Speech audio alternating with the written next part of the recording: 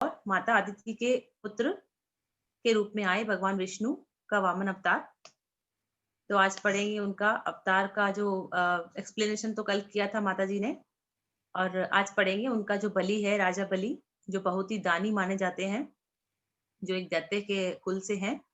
उनसे 3 पग धरती मांगते हैं। जैसा आप सबको पता है कि भगवान ने ये वामन अवतार लिया और राजा बलि से 3 पग धरती मांगा था, और उन्होंने वचन भी दिया था उन्हें, किसको? भगवान विष्णु को, जो वामन अवतार में थे, उन्हें वचन दिया था। और शुक्राचार्य जी हैं दैत्यों के, यानी राजा बलि के गुरु जी। तो उनको सब कुछ पता था कि ये भगवान विष्णु स्वयं माया रच के आए हैं, क्योंकि वो मायापति हैं। उन्होंने ये लीला रची है, और ये ऐसा करके राजा बलि से उनका सब कुछ ले लेंगे। तो आगे चैप्टर स्टार्ट करते हैं। हरे कृष्णा। श्री सुखदेव जी कहते हैं, राजा बलि के ये वचन धर्म भाव से भरे और मधुर थे। कौन से वचन? जो भगवान को उन्होंने दिया था कि आप जो भी मांगेंगे आपको देंगे। उन्हें सुनकर भगवान पिता से उनका अभिनंदन किया और कहा। आगे देखिए भगवान क्या कहते हैं। श्री भगवान ने कहा, राजन, आपने जो कुछ कहा वह आपकी कुल परंपरा के अनुरूप है। धर्म भाव से परिपूर्ण यश को बढ़ाने है, क्यों न हो। लोक हितकारी धर्म के संबंध में आप भृगुपुत्र शुक्राचार्य को परम प्रमाण जो मानते हैं। देखिए यहाँ पे गुरु की तारीफ हो रही है उनके, जो शुक्राचार्य, कि आप गुरु अपने शुक्राचार्य जी को परम प्रमाण मानते हो। तो आपका जरूरी है, क्योंकि गुरु के होते हैं हमारी लाइफ में, तो बहुत सी अच्छी अच्छी चीजें होती हैं और सब कुछ पॉजिटिव होता है। भगवान उनका तारीफ कर रहे हैं, किसका? उनके गुरु का, यानी शुक्राचार्य जी का, राजा बलि के गुरु जो है। साथ ही अपने कुल वृद्ध पिता की आज्ञा भी तो आप वैसे ही मानते हैं। अब देखिए यहाँ बता रहे हैं कि प्रहलाद जी महाराज का आया यहाँ पे कुल वृद्ध पितामह। अभी जैसे यहाँ बता रहे हैं कि जो जो प्रहलाद महाराज जी हैं, उनके पुत्र है विरोचन जी, और उनके विरोचन जी के पुत्र हैं राजा बलि। तो यहाँ पे बता रहे हैं कि प्रहलाद जी की आज्ञा भी तो आप वैसे ही मानते हैं। आपकी पंच परंपरा में कोई धैर्यहीन अथवा कृपण, यानी कंजूस, कोई कंजूस पुरुष कभी नहीं हुआ है। ऐसा कोई भी नहीं हुआ है जिसने ब्राह्मणों को कभी दान न दिया हो। यहाँ पे उनके कुल की बता रहे हैं कि भगवान, कि सब लोग तुम्हारे जो कुल में हैं, जो भी लोग हैं, सभी धैर्यवान हैं, और सब ब्राह्मणों को दान देने में कुशल और होशियार हैं। जिसने ब्राह्मणों को कभी दान न दिया हो, अथवा जो एक बार किसी को कुछ देने की प्रतिज्ञा करके बाद में मुकर गया हो। अब यहाँ पे भगवान उनको कंफर्म कर रहे हैं कि जो आपने मुझसे भी वचन दिया है, तो आप भी उससे मुकर नहीं सकते हैं। तो इसलिए बता रहे हैं कि आपके जो कुल में है, जिसने भी दान देने का कुछ भी अगर प्रण लिया है, या फिर किसी ने भी कुछ वचन दिया है, तो वो उसे मुकरता नहीं है। आपके फैमिली की ये, खानदान की ये स्पेशलिटी है। यहाँ पे भगवान वामन रूप में उनको बोल रहे हैं, किसको? राजा बलि को। दान के अवसर पर याचकों की, याचक यानी मांगने वालों की, याचना सुनकर, यानी पुकार सुनकर, और युद्ध के अवसर पर शत्रु के ललकार उनकी ओर से मुंह मोड़ लेने वाला कायर आपके वंश में कोई भी नहीं हुआ है, क्यों ना हो। आपकी कुल परंपरा में प्रहलाद अपने निर्मल यश से वैसे ही शोभायमान है। अब यहाँ भगवान जी बता रहे हैं, भगवान वामन रूप बता रहे हैं कि भगवान जो प्रहलाद महाराज जी थे, उनका कितना यश गाया जाता है आपके कुल में। जैसा हम सभी को पता है, जब हिरण्याकश्यप को उन्होंने मारा था, कैसे रूप में मारा था? जैसे यहाँ पे वामन अवतार लिया है उन्होंने, तो पहले उन्होंने लिया था नरसिंह अवतार। आपकी कुल परंपरा में प्रहलाद अपने निर्मल यश से वैसे ही शोभायमान होते हैं जैसे आकाश में चंद्रमा। आपके कुल में हिरण्याक्ष जैसे वीर का जन्म हुआ। अब देखिए बताएंगे हिरण्याक्ष को कैसे वीर बता रहे हैं भगवान। वह वीर जब हाथ में गदा लेकर अकेला ही दिग्विजय के लिए निकला, तब सारी पृथ्वी में घूमने पर भी उसे अपनी जोड़ का कोई वीर ना मिला। जब विष्णु भगवान जल में से पृथ्वी का उद्धार कर रहे थे, तब वह उनके सामने आया। ऐसे आपको एकदम से ब्लैंक होता है वो वाला स्टोरी, जब लास्ट टाइम माता जी ने पढ़ा था कि जैसे विष्णु भगवान जब पृथ्वी को निकाल रहे थे जल में से, तो कैसे हिरण्याक्ष को बहुत गुस्सा आया और उसने भगवान पर आक्रमण किया था अपनी गदा से। तो आगे बताएंगे। जब विष्णु भगवान जल में से पृथ्वी का उद्धार कर रहे थे, तब वह उनके सामने आया और बड़ी कठिनाई से उन्होंने उस पर विजय प्राप्त की। परंतु उसके बहुत बाद भी उन्हें बार बार नयाक्ष की शक्ति और बल का स्मरण हो आया करता था। यहाँ भगवान विष्णु के बारे में बता रहे हैं वामन जी कि जैसे जैसे हिरण्याक्ष ने कितनी बलपूर्वक भगवान के ऊपर प्रहार किया था और उनके ऊपर विजय प्राप्त करने की कोशिश की थी, तो उसके बल को भी जो उसकी तारीफ कर रहे हैं और बोल रहे हैं कि भगवान को उनकी जो स्ट्रॉन्ग पावर थे, इतनी शक्ति थी, उसका भी बार बार याद आती है उनको। और उसे जीत लेने पर भी वे अपने को विजय नहीं समझते थे कि भगवान ने उसे जीत लिया था, उसे मार दिया था, परंतु भगवान फिर भी सोचते थे कि उसने कितना कोशिश किया। तो यहाँ वामन जी बता रहे हैं कि वो अपने आप को भगवान यानी अपने आप को फिर भी विजयी नहीं समझते थे। जब हिरण्याक्ष के भाई हिरण्यकशिपु को उसके वध का वृतांत मालूम हुआ, तब वह अपने भाई का वध करने वाले को मार डालने के लिए क्रोध करके भगवान के निवास स्थान बैकुंठ धाम में पहुंचा। विष्णु भगवान माया रचने वालों में सबसे बड़े हैं, क्योंकि तभी भगवान को विष्णु को मायापति भी कहा जाता है, और समय को खूब पहचानते हैं। जब उन्होंने देखा कि हिरण्यकशिपु तो हाथ में शूल लेकर, अभी ध्यान से सुनिएगा, ये लाइन बहुत इंपॉर्टेंट है और इंटरेस्टिंग भी है।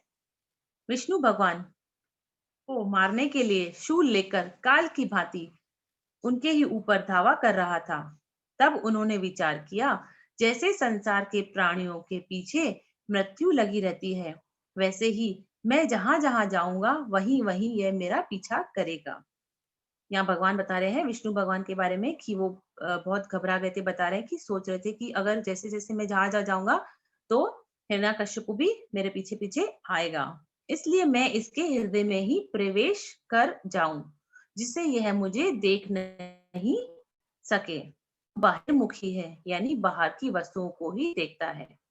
असुरों मणे जिस समय हिरण्यकशिपु उन पर झपट रहा था, उसी समय ऐसा निश्चय करके डर से कांपते हुए विष्णु भगवान ने अपने शरीर को सूक्ष्म बना लिया और उनके प्राणों के द्वारा नासिका नासिका यानी नाक में से होकर हृदय में जा बैठे।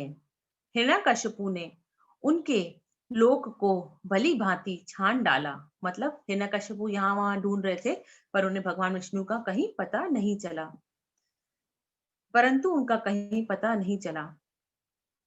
इस पर क्रोधित होकर वह सिंहनाद करने लगा।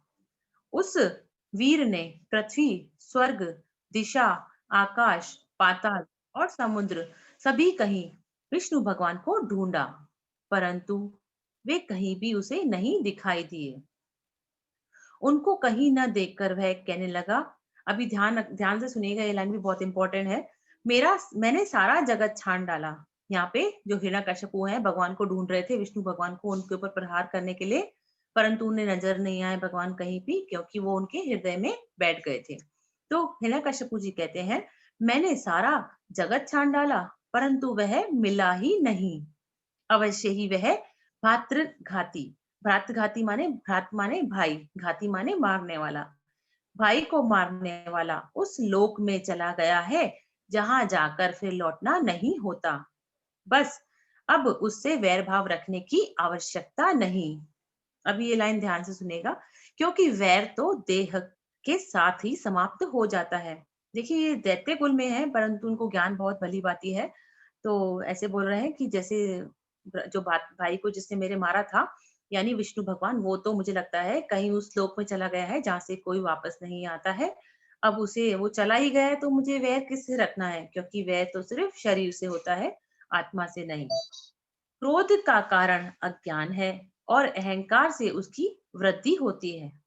क्रोध का कारण अज्ञान है। जब हमें किसी चीज की नॉलेज नहीं होती तो हमें क्रोध आता है, और अहंकार से उसकी वृद्धि होती है। जब हमारे अंदर ईगो आ जाता है तो हमारा वो क्रोध है वो पक्का हो जाता है। इसलिए हमें अहंकार और क्रोध नहीं करना चाहिए, किसी भी वस्तु का, किसी भी चीज का। राजन, आपके पिता प्रहलाद नंदन विरोचन बड़े ही ब्राह्मण भक्त थे। यहाँ तक कि उनके शत्रु देवताओं ने ब्राह्मणों का वेश बनाकर उनसे उनकी आयु का दान मांगा, और उन्होंने ब्राह्मणों को के छल को जानते हुए भी अपनी आयु दे डाली। आप भी उसी धर्म का आचरण करते हैं। यहाँ पे भगवान थोड़ा समथिंग लाइक बटरिंग कर रहे हैं उन्हें, कि वो उनको याद करा रहे हैं ताकि वो ऊंचे चढ़े रहें, यानी राजा बलि ऊंचे चढ़े रहें, क्योंकि वो एक दैत्य हैं। तो ये उनका स्वभाव है, कोई उन्हें चढ़ाता था तो चढ़ जाते थे, पर उनका जो स्वभाव अलग भी था एक, उन्हें भगवान की भक्ति में पूरा विश्वास था। जैसे वो गुरु भक्त भी थे बहुत बड़े। तो आगे कहते हैं कि ब्राह्मणों को छल से जानते हुए भी अपनी आयु दे डाली। उनके जो फैमिली के बारे में बता रहे हैं भगवान वामन उनको, राजा बलि को। आप भी उस धर्म का आचरण करते हैं जिसका शुक्राचार्य आदि ग्रस्त ब्राह्मण, आपके पूर्वज प्रहलाद और दूसरे यशस्वी वीरों ने पालन किया है। दैत्येंद्र, आप मुंह मांगी वस्तु देने वालों में श्रेष्ठ हैं। इसी से मैं आपसे थोड़ी सी पृथ्वी केवल अपने पैरों से 3 डग यानी स्टेप्स, 3 स्टेप्स मांगता हूँ। माना कि आप सारे जगत के स्वामी और बड़े उदार हैं, फिर भी मैं आपसे इससे अधिक नहीं चाहता हूँ। अभी वामन जी केम टू द पॉइंट, कि वो बोलते हैं मुझे सिर्फ 3 पग धरती चाहिए, उससे ज्यादा मैं नहीं मांगता हूँ। और मैं वो तो वैसे ही छोटे से थे, प्यारे से थे, क्यूट से। तो राजा बलि को कैसा लगता है आगे सुनेगा। विद्वान पुरुष केवल अपनी आवश्यकता के अनुसार ही दान स्वीकार करना चाहिए। विद्वान पुरुष को केवल अपनी आवश्यकता के अनुसार ही दान स्वीकार करना चाहिए। इससे वह प्रतिग्रह जन्य पाप से बच जाता है। प्रतिग्रह मतलब किसी की संपत्ति पर अधिकार करने वाला होता है, तो कि उस पाप से बच जाता है। जैसे कि लास्ट चैप्टर में भी आया था, एक बार जानवी माता जी ने पढ़ा था कि हमें जितनी चीजों की जरूरत हो, जितनी आवश्यकता हो, उसी के हिसाब से हमें उसका यूज के लिए रखना चाहिए। ज्यादा उसका कलेक्शन या संग्रह नहीं करना चाहिए। चाहे कोई भी चीज हो, जितनी हमें यूज आती हो उतना ही रखना चाहिए। राजा बलि ने कहा, ब्राह्मण कुम्हार, तुम्हारी बातें तो वृद्धों जैसी हैं, परंतु तुम्हारी बुद्धि अभी बच्चों की सी ही है। अभी तुम हो भी तो बालक ही ना, इसी से अपना हानि लाभ नहीं समझ रहे हो। क्योंकि राजा बलि तो उसे बहुत कुछ देना चाहते हैं, पर वो वामन जी क्या मांग रहे हैं, सिर्फ और सिर्फ 3 स्टेप्स धरती का। तो इसलिए वो सोच रहे हैं कि आप तो छोटे ही बच्चे ही हो, क्योंकि बातें आपकी बहुत बड़ी बड़ी हैं, परंतु आपके अंदर कोई लालच नहीं है, और आप थोड़ा सा ही मांग रहे हो। मैं तीनों लोक का एकमात्र अधिपति हूँ, और द्वीप का द्वीप दे सकता हूँ।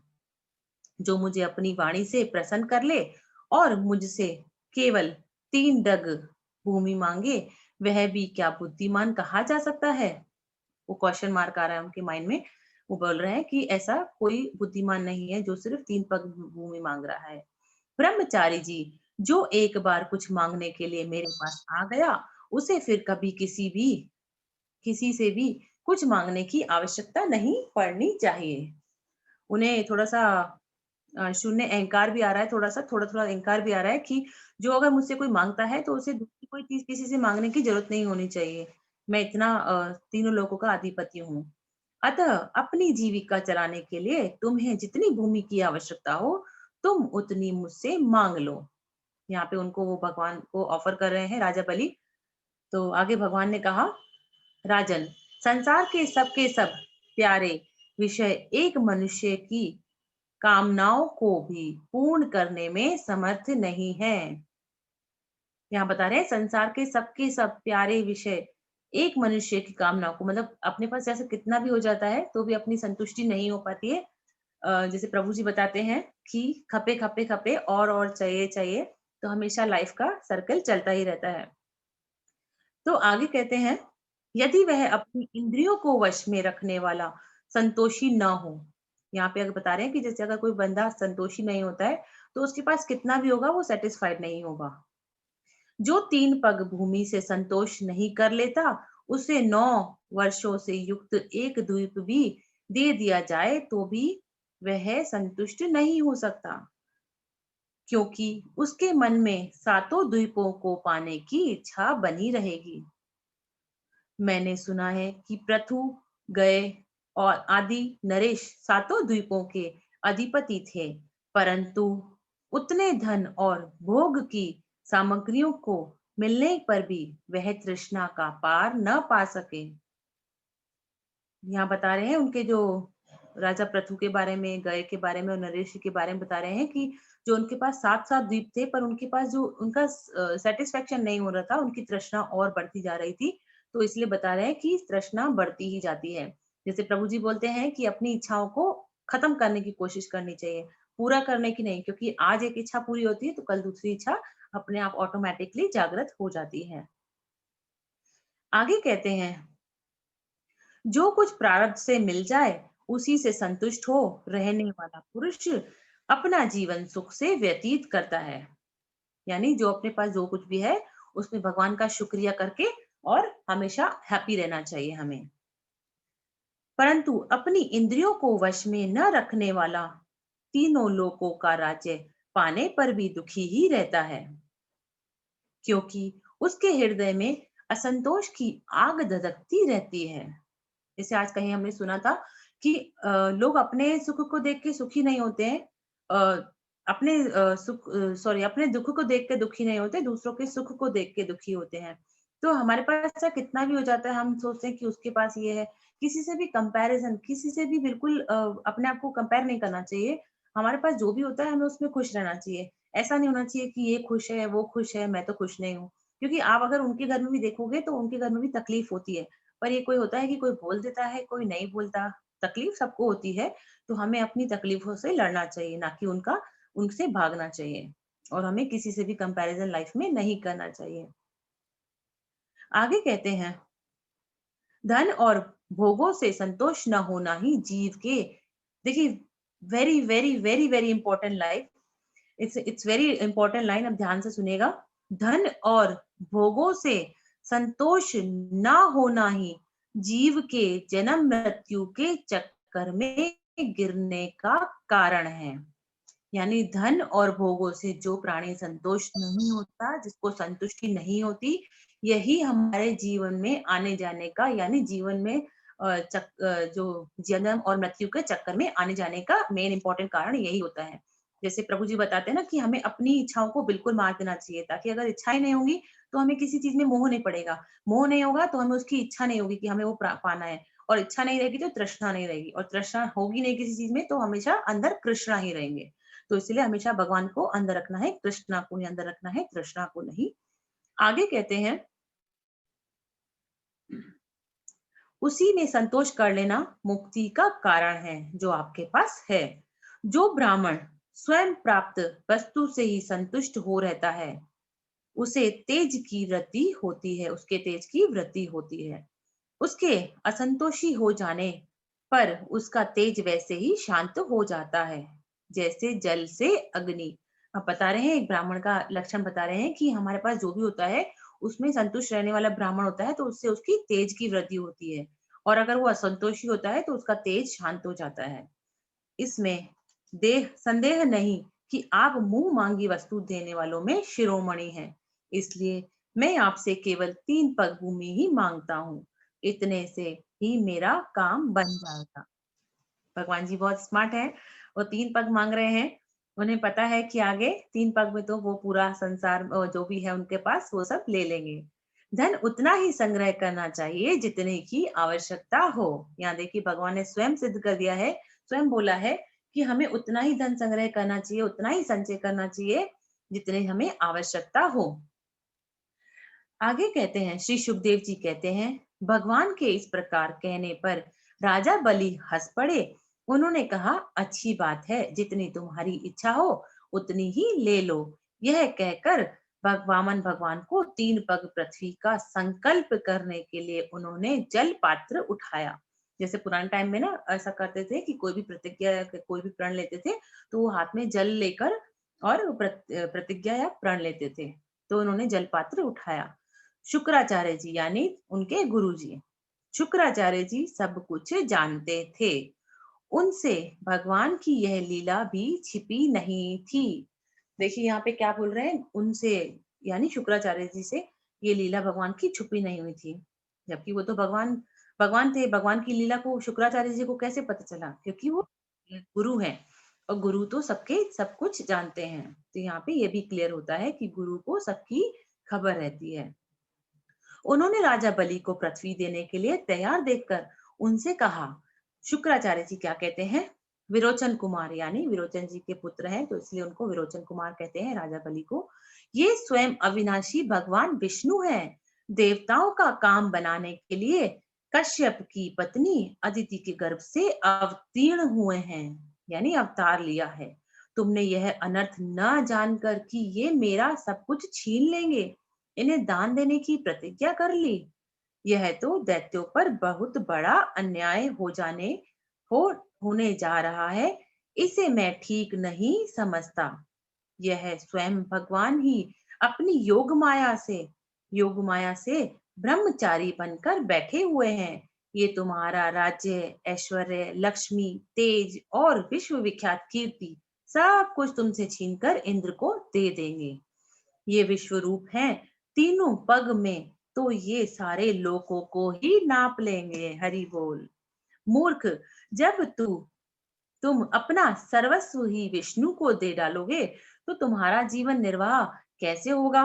ये विश्व व्यापक भगवान एक पग में पृथ्वी और दूसरे पग में स्वर्ग को नाप लेंगे। इनके विशाल शरीर से आकाश भर जाएगा, तब इनका तीसरा पैर कहाँ जाएगा? ये शुक्राचार्य जी उनको बोल रहे हैं राजा बलि को। He is making him alert कि अगर वो पहला कदम में आपसे क्या मांगेंगे? पृथ्वी, और दूसरे में क्या मांगेंगे? स्वर्ग को, और अपनी बॉडी को इतना विशाल बना लेंगे कि उनका फिर तीसरा पैर कहाँ रखेंगे वो? तो इसलिए तुम अलर्ट हो जाओ, तुम उसे पूरा न कर सकोगे। ऐसी दशा में मैं समझता हूँ कि प्रतिज्ञा करके पूरा न कर पाने के कारण तुम्हें नरक में ही जाना पड़ेगा, क्योंकि तुम अपनी ही की हुई प्रतिज्ञा को पूर्ण करने में सर्वथा असमर्थ होगे। विद्वान पुरुष उस दान की प्रशंसा नहीं करते जिसके बाद जीवन निर्वाह के लिए कुछ भी ना बचे। यहाँ बता रहे हैं, शुक्राचार्य जी उन्हें बोल रहे हैं कि ऐसा कोई लाइफ में ऐसा दान करने का कोई मतलब नहीं है जब हमारे पास ही कुछ ना बचे हमारे खुद के जीवन निर्वाह करने के लिए। जिसका जीवन निर्वाह ठीक ठीक चलता है वही संसार में दान, यज्ञ, तप और परोपकार के कर्म कर सकता है। जो मनुष्य अपने धन को 5 भागों में बांटता है, कुछ धर्म के लिए, कुछ यश के लिए, कुछ धन की अभिवृद्धि यानी उसको बढ़ाने के लिए, कुछ भोगों के लिए और कुछ अपने स्वजनों के लिए, वह इस लोक और परलोक दोनों में ही सुख पाता है। मतलब उसको बोल रहे हैं कि कुछ धन तो आपके पास भी रहना चाहिए, क्योंकि ये तो सारी धरती आपसे ले जाएंगे, आपका सब कुछ ले जाएंगे और आपको देना ही पड़ेगा। अगर आप प्रतिज्ञा कर रहे हो तो फिर आपको क्या बचेगा? असुर शिरोमणे, यदि तुम्हें अपनी प्रतिज्ञा टूट जाने की चिंता हो तो मैं तुम्हें इस विषय में तुम्हें कुछ ऋग्वेद श्रुतियों का आशय सुनाता हूँ, तुम सुनो। श्रुति कहती है, अब यहाँ बता रहे हैं कि ऋग्वेद में शायद कुछ लिखा हुआ होता है कि भाई ऐसे जैसे दान का अगर आप प्रतिज्ञा कर लेते हैं और आप उसको नहीं देते हैं तो उसके बारे में एक्सप्लेन कर रहे हैं कि कैसी कैसी कंडीशंस एंड टर्म्स होते हैं उसमें। किसी को कुछ देने की बात स्वीकार कर लेना सत्य है और नाकार जाना अर्थात अस्वीकार कर देना असत्य है।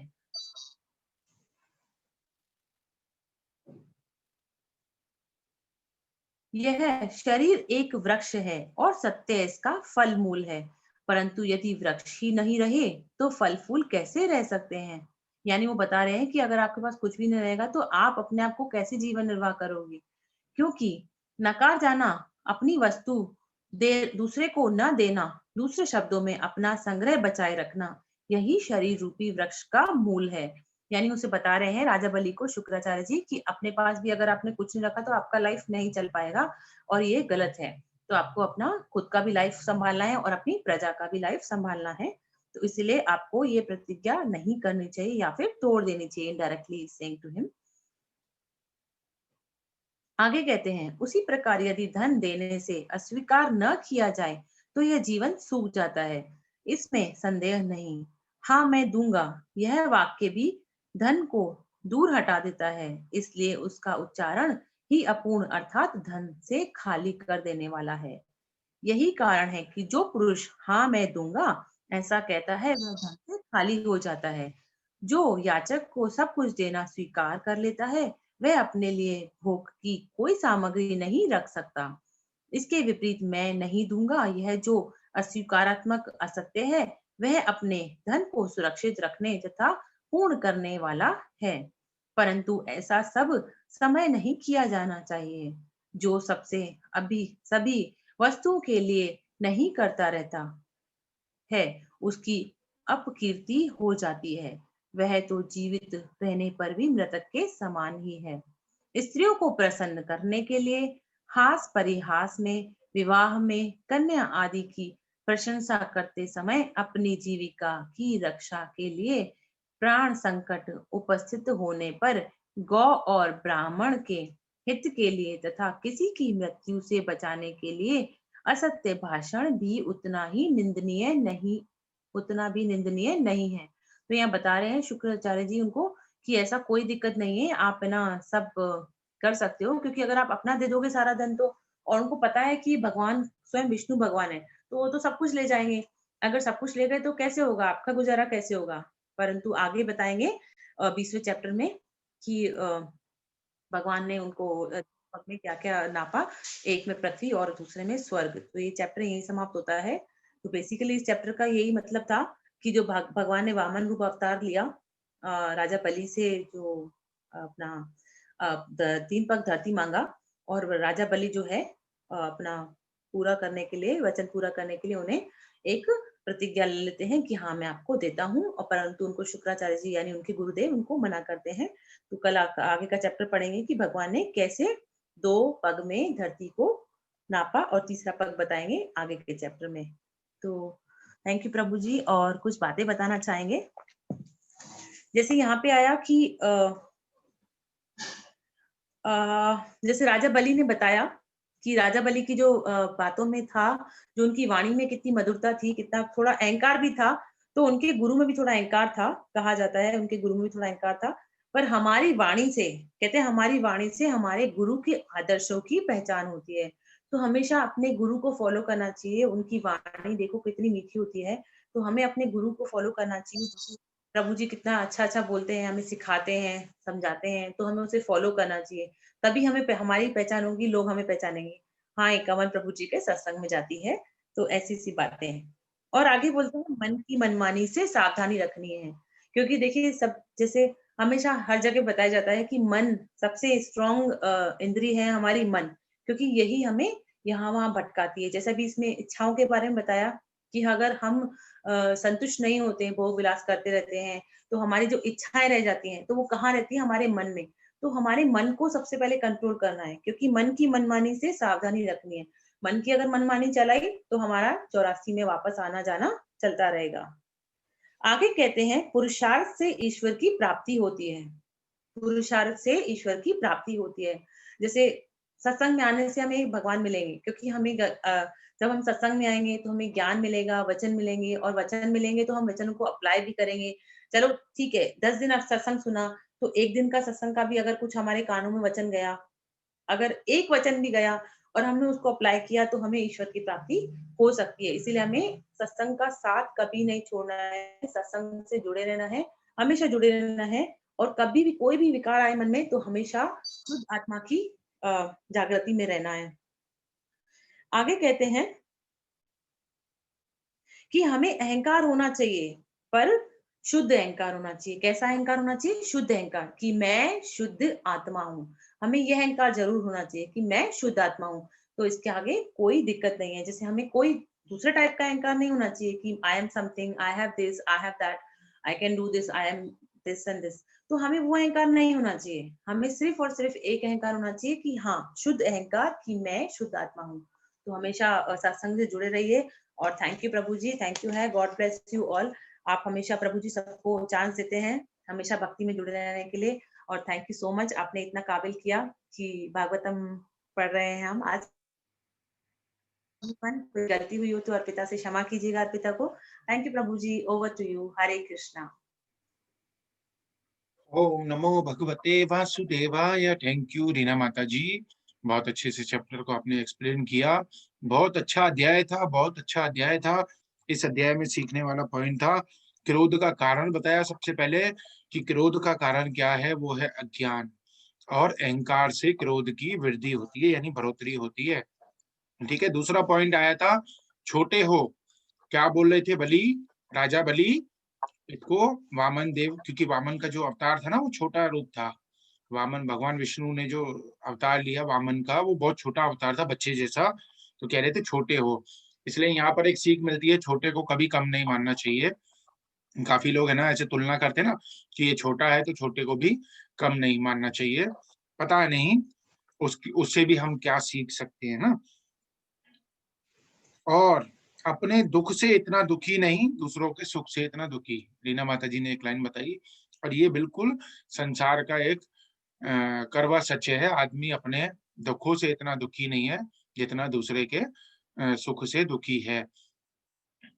इसलिए कहते हैं ना कि भाई भगवान शिव के पास एक बार पार्वती माँ और भगवान शिव जा रहे थे, तब किसी, एक परिवार था, एक बूढ़ी माई थी। आवाज आ रही है ना? कैमरे बंद है ना सबके, इसलिए कि दिखाई नहीं दे रहा, पता नहीं चल रहा कि आवाज आ भी रही है नहीं आ रही है। अब आ रही है।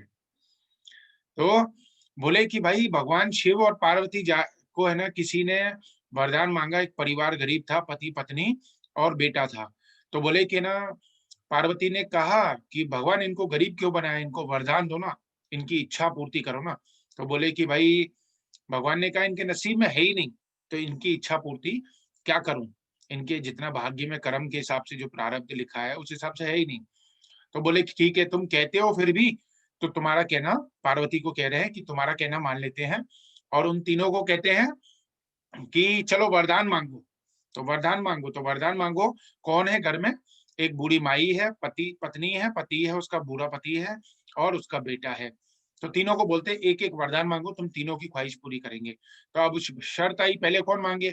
तो हर जगह पे लेडीज फर्स्ट आता है, तो बोले लेडीज फर्स्ट। तो औरत को बोला कि भाई माई को, बूढ़ी माई को, जो बूढ़ी औरत थी उसको बोला मांगो, भगवान शिव ने क्या मांगती है वरदान, मांग, एक वरदान दूंगा। तो वो बोली कि भगवान मुझे ना खूबसूरत जवान लड़की बना दो। तो बना दिया भगवान ने, कहा तथास्तु, जवान लड़की बन गई। तो अब जो बुढ़ा था उसको बेचारे को गुस्सा आया, गुस्सा आया तो उसका नंबर आया कि मांग, तू क्या मांगता है? उसने कहा इसको कुतिया बना दो। तो गुस्से में कहा इसको कुतिया बना दो, और कुतिया बना दिया। भगवान ने कहा तथास्तु। अब तीसरा नंबर बेटे का आया, बेटे को बोला क्या बनाना है बेटा? बोला मेरी माँ को वापस माँ बना दो। तो तीनों वरदान खराब चले गए। इसलिए जिसके भाग में जितना लिखा होता है उतना ही मिलता है, कितना भी आप भाग लो, कितना भी कुछ कर लो। इसलिए दूसरे के सुख से दुखी मत हो जाओ, अपने पास जो है उसमें संतुष्टि कर लो। एक रोटी भी मिली है तो ऐसे भी लोग हैं जिनको एक रोटी भी नहीं है, दो रोटी मिली है तो ऐसे भी हैं जिनके पास एक ही रोटी है। तो इसलिए हमेशा शुक्र अदा करना चाहिए, किसी भी चीज में फंसना नहीं चाहिए। धन और भोगों से संतोष नहीं होता, जन्म मृत्यु का कारण बताया इस चैप्टर में। धन और भोगों से जिसको संतोष नहीं होता, इसलिए कहते हैं शंकराचार्य, पुनरअपि जन्म पुनरअपि मरणम पुनरअपि जननी जठरे शयनम। अनेक योनियों में जीव भटकता ही रहे, भटकता ही रहे, और अपने जो उसके कर्मों का फल है वो उसे मिलता ही रहेगा, क्योंकि वो संतुष्ट नहीं होता, धन और भोगों से संतुष्ट नहीं होता, और अपने कर्म पे कर्म भी बांधता जाता है और संतुष्ट नहीं होता। धन को बताया 5 भागों में खर्च करना चाहिए। पहला धर्म में, दूसरा यश में, तीसरा अभिवृद्धि में। अभिवृद्धि यानी और धन कैसे आए, तो उसको, उसका सदुपयोग करके, क्या सदुपयोग करके, सही जगह पे लगा के, दान पुण्य करके, अच्छी जगह पे लगा के, कन्याओं को खिला के, ब्राह्मणों को दान दे के, है ना। तो किसी को दान देना हो तो बताना, एक ब्राह्मण तो हमारे पास भी इधर है सत्संग में, तो बता देना किसी को देना हो तो, है। तो भोगों में और स्वजनों में, स्वजनों में यानी अपनों में, तो अपनों के पीछे खर्च करे तो वो ज्यादा बढ़िया है। क्या करते हैं, अपनों के पीछे ना खर्च करके दोस्तों यारों में खर्च करते हैं। एक लड़का होता है ना, अगर उसे उसका भाई बोले, बहन बोले कि भैया मेरे लिए ये लिए 10 रुपए का सामान तो नहीं लाएगा, पर अपने दोस्तों के साथ जाएगा, 100 रुपए खर्च करके आ जाएगा। मूर्ख किसको कहा शुक्राचार्य ने इसमें? क्वेश्चन है, तुम ही बताओगी क्या? आपने तो चैप्टर पढ़ा है। मूर्ख किसको कहा शुक्राचार्य ने? वीना माता जी दिख नहीं रही है, नहीं तो उनका हाथ पहले होता है। जी आबा जी, ये है ब्राह्मण भैया बली, हमारे राजा यहाँ बली। की, राजा बलि को। ये ब्राह्मण है भैया हमारे यहाँ की, किसी को बता देना फिर, है दान पुण्य की बात निकली थी। बहुत बढ़िया, राजा बलि। आज वीना माता जी आई नहीं है, नहीं तो हाथ पहले ऊपर करती हैं।